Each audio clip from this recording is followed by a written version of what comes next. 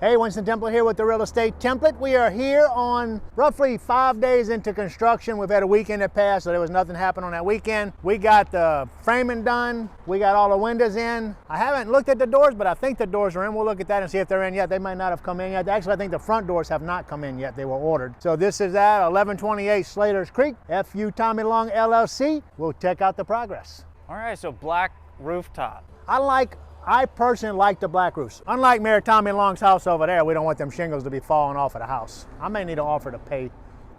He maybe can't afford to fix it. You think that's why he ain't fixing the house yet, because he can't afford it? Hey, I got something I'd like y'all to think about. I'm looking for a place that does a competition on the worst mayor in America, because I would like to submit my mayor's application into that, Tommy Long, as the worst mayor in America. The first 5 people that send us a link or someplace that we can do that, I'm gonna send you a free shirt, a free Real Estate Template shirt. They're not this shirt.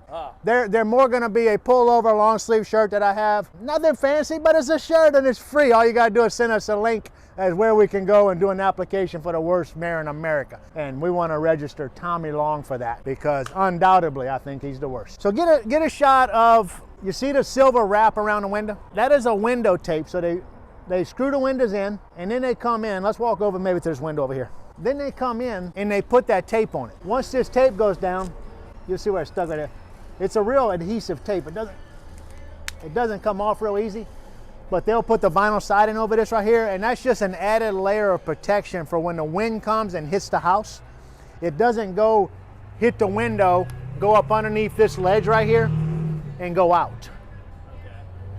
So you say, well, why is there nothing right here on the bottom? They need it's kind of like a weep hole. If it gets any water behind it or something, it can still come out. This house wrap that we use is not supposed to allow any water to penetrate it. So any water that goes behind the vinyl siding or the brick or whatever's on the house, any water that gets behind that, it'll hit that and it'll run down, but it won't run onto the wood behind it and rot out the house.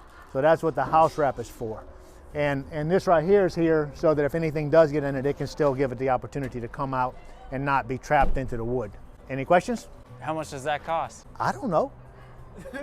I think a roll of it, I think $300, $400 for a roll. I can tell you that the full framing of the house, framing was $5 a square foot, so we got, okay, 2,000 square foot. It's just in so the package. So roughly $20,000 for the framing price, and then $27,000 or $24,000 for the wood. That does not include, that included the shingles on the materials, but it did not include the roofing installation. When the people came in and put the roofing on, that was extra. So we had to pay for somebody else to come in and put the roofing on. And I know your next question is how much was that? I don't know. My office takes care of my numbers. I can look at it and see it, but they know what the budget is and they're staying within that budget. I don't really know what he charges for that. You want to walk around the back and go in? They still haven't put anything in the dumpsters, and I don't know why. The mayor was complaining about it the other day, saying he had trash blowing all over his yard. You see any trash in his yard? I don't see any trash in his yard. And I sent a guy over here to look at his yard when he posted that. There was no trash in his yard. He's not only incompetent as a mayor, he's a liar. Well, that ain't from my house. That's from his house. That probably fell out of his truck. I don't know. No, but it's a job site. When they put the roof on, they pull a lot of plastic tabs off of the roof so that the tar on the roof will stick to the next shingle.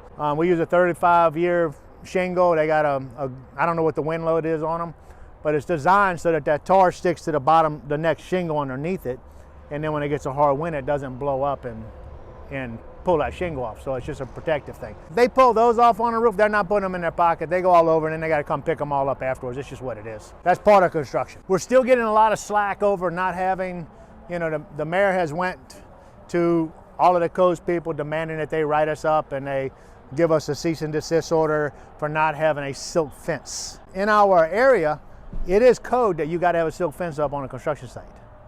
But the problem we have is that big hill back there, all that water from that hill comes down. You was here when we filmed the other day and how much water was coming off of that hill.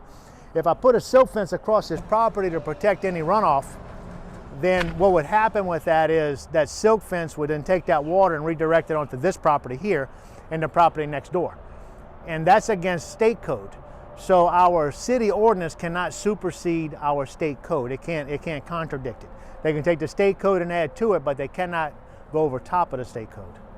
So they can require more than what the state code says, but if the state code says you can't do this, that means you can't do it, period. So I haven't put a silk fence up. I told them if you want to sue me, and we'll go to court about that, and I'll beat it in court. But we've had 4 different inspectors look at it. We've spoken to different people. This is what it's got to be. There is no silt fence going up on a job site until I'm court ordered to do it, because once I put it up, I'm not going to be responsible for it. Now, is that a big price? That's not a big price. To put a silt fence on this property is going to cost me about $200. So it's not that it's a lot of money. It's not our mayor's position to tell me what I got to do. It's the codes enforcement's position. Right. And they have told me I haven't had to. And then whenever he tells them to do it, we give them the code where we ain't supposed to. And they say, okay. Yeah. So, classic corruption, classic corruption.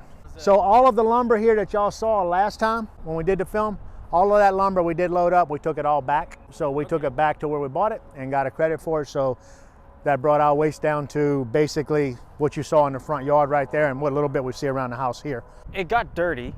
The wood was exposed to the elements for weeks. I don't do the takeoff on the jobs. We have the lumber company do the takeoff on the jobs. They do the takeoffs. And the wood was not unexposed. It was covered up. If you remember when we came out here, it had kind of like a house wrap on it that kept all the weather off of it. Right. So the only time it was uncovered was when they were working. And it got wet whenever it was raining that day we came here, it got wet then, but that's the only time it got wet. And there's no, 10%? No, it's all good. It's all good. We're now got plumbers on the job site. We saw the plumbers when you came in a second ago. Yep. So we got plumbers on the job site. We got the electrician supposed to be coming this week or next week. I'm not sure which one. They said they would try and get it this week, but they didn't know. And then the air conditioning guys are also coming in. So by this time next week or one day after this next week or so, we should have the electrical done, the plumbing done, and the mechanical done on these houses, on this house. So we're looking at, after that right there, we'll be calling drywall. We're kicking ass and checking names. Let's see what we got. So this is the first time, I usually do not use, come on in here. I usually don't use full fiberglass tubs. And the reason I don't is I like something with I like to use a steel tub and then do, just ceramic tile around the outside of it.